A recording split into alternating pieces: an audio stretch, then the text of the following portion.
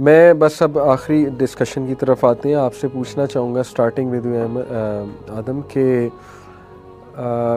हम बड़ा खुल के हार्म्स बताएं अपने नौजवानों को कि ये जो हराम रिलेशंस हैं इनके हार्म्स क्या हैं। ऑल्दो हमने मोटे मोटे डिस्कस किए, लेकिन स्पेसिफ़िकली सबसे जो आप कह लें ख़तरनाक हार्म्स हैं इसके, वो आपके नज़दीक क्या है? देखें अली भाई, इसमें सबसे एक जो बड़ा हार्म है वो ये है कि आपकी फैमिली जो है वो बहुत डिस्टर्ब होती है आपकी वजह से, क्योंकि आहिस्ता आहिस्ता आपका एटीट्यूड चेंज होने लग जाता है, आपके इंटरेस्ट जो हैं वो एकदम से चेंज हो जाते हैं।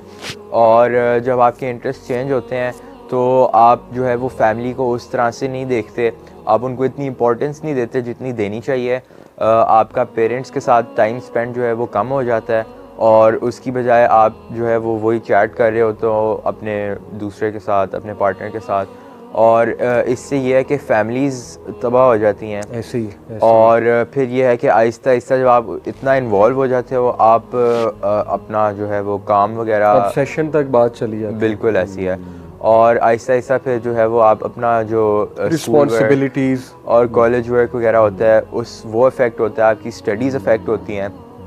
टॉपर भी हो बच्चा, वो जब सारा दिन बातें करेगा और चैट करेगा और कभी डेट पे इधर चला गया, कभी इधर चला गया, तो वो जो है वो उसकी पढ़ाई को ऑब्वियसली अफेक्ट करेगा। अब अगर आप 24 घंटे चैट कर रहे हो और बातें कर रहे हो तो उस वो करके आपको नहीं, आप टॉप कर सकते, आपके अच्छे ग्रेड्स नहीं आ सकते।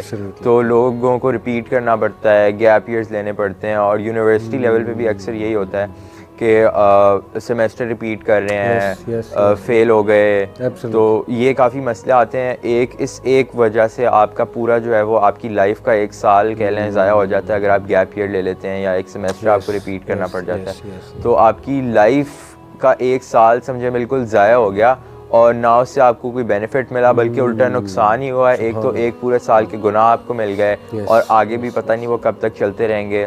और आपकी फैमिली के साथ अलहदा, आपके पेरेंट्स भी परेशान होते हैं, उनकी परेशानी अलहदा कि अब हमारा मतलब बच्चा किन चीज़ों में पड़ गया, उनको भी नहीं पता होता कि आप क्या कर रहे हैं और क्यों आपके साथ ऐसा हो रहा है। और उनको लग रहा होता है कि बच्चा पढ़ रहा है, आजकल लैपटॉप पे ऑनलाइन नोट्स पढ़ रहा है, यूट्यूब पे लेक्चर ले रहा है, लेकिन वो वीडियो कॉल कर रहा होता है। ऐसे तो ये चीज़ें जो हैं वो काफ़ी हार्मफुल हैं। एक और चीज़ जो एक इसमें काफ़ी बड़ा मसला है आजकल, लोग जो हैं वो ड्रग्स की तरफ चले जाते हैं। ब्रेकअप हुआ, दोस्त ने कहा यार ज़रा ट्राई करके देख, सुकून मिलेगा, वो आहिस्ता आहिस्ता ड्रग्स करते करते जो है वो आपकी फ़िज़िकल हेल्थ, आपकी मेंटल हेल्थ बिल्कुल तबाह हो जाती है, और आप कुछ भी नहीं कर सकते, आपकी लाइफ ही समझें आगे बर्बाद हो जाती है। और फिर वो छोड़ना इतना मुश्किल होता है कि लोग उसको छोड़ नहीं पाते, आपकी फैमिली या घर वाले घर से निकाल देते हैं। लोग बाहर, आप देखें, आप बाहर रिहैबिलिटेशन जाना पड़ जाता है। बिल्कुल ऐसी है। आप बाहर देखें कितने लोग हैं जो रोड्स वगैरह पे होते हैं, और उनमें से ज़्यादातर यही होता है कि ब्रेकअप हो गया, शादी नहीं हुई, लड़की ने दिल तोड़ दिया। ये सारे इस सब गुनाहों का जो है ना वो रूट कॉज यही है कि आप एक रिलेशनशिप में गए, और उसका भी जो कॉज है वो यही है कि आपने सेल्फ कंट्रोल नहीं था आप में। आप थोड़े बहुत इशारे पे इंटीमेट हुए, या आप देखने से, या आपने अपनी कोई ना कोई चीज़ को आपने नहीं फॉलो किया, आप स्टेडफास्ट नहीं रहे, तो उससे जो है वो आप इसके अंदर स्लिप हो गए। वेरी कॉम्प्रिहेंसिव अब्दुल्ला, मेरे ख्याल माशाल्लाह इन्होंने और हुज़ैफा काफ़ी ज़्यादा समंदर को कूज़े में बंद करने वाली बात है, बहुत अच्छी रीज़न बताई। तो आप लोगों से मैं पूछना चाहूँगा some tips for our young generation कि इन चीज़ों से बचने के लिए वो क्या कर सकते हैं। Sir I think it's about priorities, कि आप अपनी ज़िंदगी में जब प्रायोरिटी सेट करते हैं तो जनरली आपकी क्या क्या चीज़ें होती हैं। आपने एक तरफ अपनी एजुकेशन को लेकर चलना है, अपने दोस्तों को लेकर चलना है, अपनी फैमिली को लेकर चलना है, और इसी के अंदर आपने अपनी ज़िंदगी के अंदर कुछ करके एक पॉइंट पे पहुंचना है व्हेन यू थिंक यार अब मैंने शादी करनी है। सही। You go to the university, बाकी सारी चीज़ें अपनी जगह हैं। समवन एंटर्स इनटू अ हराम रिलेशनशिप, और अब अगर आपके अच्छे दोस्त थे they will tell you to cut that off, लेकिन आपने उस चीज़ को अपनी हायर प्रायोरिटी पे सेट किया ना, तो सबसे पहले आप अपने उन दोस्तों को छोड़ देंगे। आप उन दोस्तों को छोड़ेंगे, आपको ऑटोमेटिकली ऐसे लोग मिलेंगे जो आपको वेलकमिंग माहौल देंगे। जब वो वेलकमिंग माहौल देंगे और आपके पेरेंट्स कहेंगे कि यार तुम पढ़ाई नहीं करते, तुम्हारा रिजल्ट नहीं आ रहा, तुम क्या, आपकी प्रायोरिटी वहीं पे सेट हुई है। आप कहोगे यार पेरेंट्स तो ऑल जनरेशन के लोग हैं और वगैरह, और उसके जस्टिफिकेशन पे मिल जाएगी।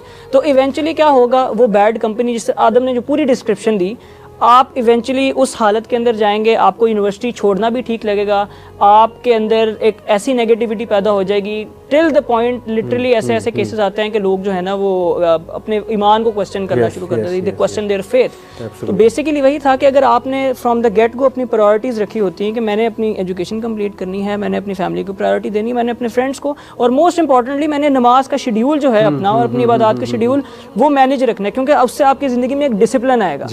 जिस बंदे की ज़िंदगी में डिसिप्लिन होगा ना, वो ऑटोमेटिकली हराम रिलेशनशिप वाली साइड पे जाएगा नहीं, कि नॉट अफोर्ड। एग्जैक्टली, कुरान की आयत है, प्लस उसके पास 3 घंटे चैटिंग का टाइम ही नहीं है, क्योंकि जोहर के बाद उसने असर पढ़ने जाना है, बीच में उसने अपने काम करने हैं। सो फुट स्टेप से जो है ना आप अपनी प्रायोरिटीज़ को सेट रखें, तो आई थिंक इससे बेसिकली बचा जा सकता है।